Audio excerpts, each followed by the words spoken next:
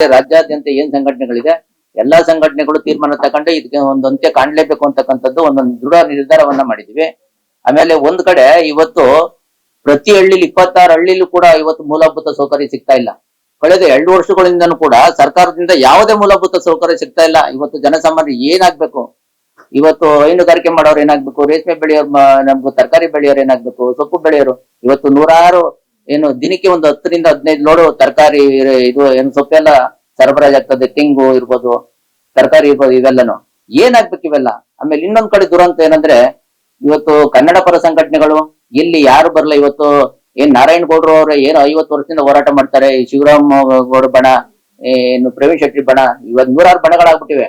ಅದರಲ್ಲೂ ಈ ಮೇನ್ ನಾವು ಏನು ನಾಯಕರಿದ್ದಾರೆ ಕನ್ನಡ ಪರ ಹೋರಾಟಗಾರರು, ಇಲ್ಲಿವರೆಗೂ ರೈತರ ಸಮಸ್ಯೆಗಳು ಕೇಳಲಿಲ್ಲ. ಏನನ ಇಶ್ಯೂ ಆಗಕ್ಕೆ ಇವರು TRP ತಗೊಳಕ್ಕೆ ಈ ಕಾವೇರಿ ಇಶ್ಯೂ ಆಯ್ತು ಅಂದ್ರೆ ಏನ್ ಉಲೋ ಅಂತ ರಸ್ತೆ ಕುತ್ಕೋತಾರೆ. ಇವತ್ತು ರೈತ, ದೇಶಕ್ಕೆ ಅನ್ನ ಕೊಡೋ ರೈತ ಒಬ್ಬ ಬೀದಿ ಕುತ್ಕೊಂಡವನೇ ಅಂತ 18 ತಿಂಗಳಿಂದ ಇವ್ರಿಗೆ ಏನ್ ಮಾನವೀಯತೆ ಇಲ್ವಾ ಇವ್ರಿಗೆ ಕನ್ನಡ ಪರ ಸಂಘಟನೆಯವ್ರಿಗೆ? ಇವತ್ತು ಎಲ್ಲರೂ ಪಾಪ ದಲಿತ ಸಂಘಟನೆಯರು, ಕಾರ್ಮಿಕ ಸಂಘಟನೆಯರು ನಮ್ಗೆ ಬೆಂಬಲ ಕೊಟ್ಟಿದ್ದಾರೆ, ಇಡೀ ರಾಜ್ಯಾದ್ಯಂತ ರೈತ ಸಂಘಟನೆಯರು ಕೊಟ್ಟಿದ್ದಾರೆ.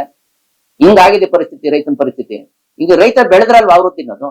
ಆಮೇಲೆ ಇನ್ನೊಂದ್ ಕಡೆ ಮಠಾಧೀಶರು ರಾಜಕೀಯ ಇಳಿದ್ಬಿಟ್ಟವ್ರು. ಅವರು ಕೂಡ ಒಂದ್ ಕಡೆ ಇವತ್ತು ಏನೋ ಒಂದು ಒಬ್ಬನಿಗೆ ಮಂತ್ರಿ ಸಿಗ್ಬೇಕಾದ್ರೆ ಒಬ್ಬ ಇದು ಮುಖ್ಯಮಂತ್ರಿ ಸ್ಥಾನ ಸಿಗ್ಬೇಕಾದ್ರೆ ಅವರು ಸಮುದಾಯದವರು ನಮ್ ಸಮುದಾಯಕ್ಕೆ ಮಿನಿಸ್ಟರ್ ಬೇಕು, ನಮ್ ಸಮುದಾಯಕ್ಕೆ ಮುಖ್ಯಮಂತ್ರಿ ಬೇಕು ಅಂತ ಹೋರಾಟ ಮಾಡ್ತಾರೆ. ಆಮೇಲೆ ಒಂದ್ ಕಡೆ ಮೀಸಲಾತಿ ಬೇಕು ಅಂತ ಹೋರಾಟ ಮಾಡ್ತಾರೆ, ರಸ್ತೆ ತಡೆ ಮಾಡ್ತಾರೆ, ಚಳವಳಿ ಮಾಡ್ತಾರೆ. ಈ ರೈತನ ಬಗ್ಗೆ ಕಾಳಜಿ ಯಾಕಿಲ್ಲ ಅಂತಕ್ಕಂಥದ್ದು ನಮ್ಮ ಒಂದು ಪ್ರಶ್ನೆ. ನಿಮ್ಮ ಮಾಧ್ಯಮದ ಮುಖಾಂತರ ನಾನು ಇವತ್ತು ರಾಜ್ಯಾದ್ಯಂತ ತಿಳಿಸ್ಬೇಕು ಅಂತ ತಮ್ಮಲ್ಲಿ ಮನವಿಯನ್ನ ಮಾಡ್ಕೊತಾ ಇದ್ದೀನಿ. ನೀವು ಕೇಳಿದ್ರಿ ಪ್ರಶ್ನೆನ, ಏನು ಕಾಂಪೋಸಿಷನ್ ತಗೋತಾ ಇದಾರೆಲ್ಲ 2.5 ಕೋಟಿ 3 ಕೋಟಿ ಅನೌನ್ಸ್ ಮಾಡಿದ್ದಾರೆ. ಅದಕ್ಕೆ ಯಾವ್ದು ಬೆಲೆ ಇಲ್ಲ, ಸರ್ಕಾರದ ಅಧಿಕೃತವಾದ ಆದೇಶ ಇಲ್ಲ. ಕೋರ್ಟ್ ಅವರು ಸರ್ಕಾರ ಪರ ವಾದ ಮಾಡಿದವರು ಲಾಯರೇ ಹೇಳಿದ್ದಾರೆ ಇನ್ನ ಬೆಲೆ ನಿಗದಿ ಮಾಡಿಲ್ಲ ಅಂತ. ಯಾವ ಮೂಲದಲ್ಲಿ, ಯಾವ ಕಾರಣದಲ್ಲಿ, ಯಾವ ಆಧಾರದ ಮೇಲೆ ಇವರು ಪರಿಹಾರ ಕೊಡ್ತಾವ್ರೆ ಅಂತಕ್ಕಂಥದ್ದು ಇನ್ನ ಸ್ಪಷ್ಟವಾಗಿ ತಿಳಿದಿಲ್ಲ ರೈತರಿಗೆ. ಇದು ಗೊಂದಲಮಯವಾಗಿದೆ. ಆಮೇಲೆ ಪ್ರಕಾಶ್ ಹೇಳ್ದಂಗೆ ಏಜೆಂಟ್ರುಗಳು, ಊರೂರಲ್ಲಿ ಏಜೆಂಟ್ರುಗಳು ಮನೆಗೆ ಹೋಗೋದು, ಮೈಂಡ್ ವಾಶ್ ಮಾಡೋದು, ಅವ್ರಿಗೆ ನೀನ್ ಕೊಡದೇ ಇದ್ರೆ ಕೇಸ್ ಹಾಕ್ಸ್ತೀನಿ. ಆಮೇಲೆ ಏನೋ ಬೇರೆ ಕಡೆಯಿಂದ ಏನು ಎಕ್ಸ್ಟೆಕ್ಟಿವ್ ಮಾಡಿದ್ದಾರೆ ಬೆಂಗಳೂರು ಕಡೆ, ಅವ್ರ ಮನೆಗೆ ಹೋಗೋದು, ನೀವು ಕಮ್ಮಿ ದುಡ್ಡಲ್ಲಿ ತಗೊಬಿಟ್ಟಿದ್ದೀರಿ, ಇವತ್ತು 2 ಕೋಟಿ 2.5 ಕೋಟಿ ಕೊಡ್ತಾರೆ, ನೀವು ಒಳ್ಳೆ ಪರಿಹಾರ ಕೊಡ್ತಾರೋ, ಇಲ್ಲ ಅಂದ್ರೆ ಸೈಟ್ ತಗೊಳ್ಳಿ, 1 ಕೋಟಿ, ಒಂದೊಂದ್ ಸೈಟ್ 1 ಕೋಟಿಗೆ ಹೋಗುತ್ತೆ ಅಂತ. ಇದೆಲ್ಲ ತಪ್ಪು ಮಾಹಿತಿ. ಒಂದ್ ಕಡೆ ಹೇಳ್ತಾರೆ, ಮುಖ್ಯಮಂತ್ರಿಯವರು ಹೇಳ್ತಾರೆ ನೀವು ಬೇಕಾದವ್ರು ಕೊಡಿ, ಬೇಡದಾರ ಬಿಟ್ಬಿಡ್ತೀವಿ ಅಂತಾರೆ. ಅದಕ್ಕೆ ನಮ್ಗೊಂದು ಎಂಡರ್ಸ್ಮೆಂಟ್ ಕೊಟ್ಬಿಡಿ.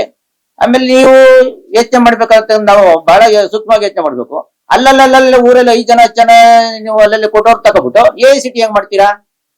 ಇದು ಒಂದು ದೊಡ್ಡ ಮಾಫಿಯಾ ತಾನೆ ಇದು ಎಲ್ಲಾ ರೈತರಿಗೂ, ಎಲ್ಲ ಏನು ಒಬ್ಬ ವಿದ್ಯಾವಂತನಿಗೂ ತಿಳಿತದೆ ಇದು. ಕರುನಾಡು ಟೈಮ್ಸ್ ಚಾನೆಲ್ನಲ್ಲಿ ಸುದ್ದಿ ಮತ್ತು ಜಾಹೀರಾತು ನೀಡಲು ಈ ನಂಬರ್ಗೆ ಕರೆ ಮಾಡಿ.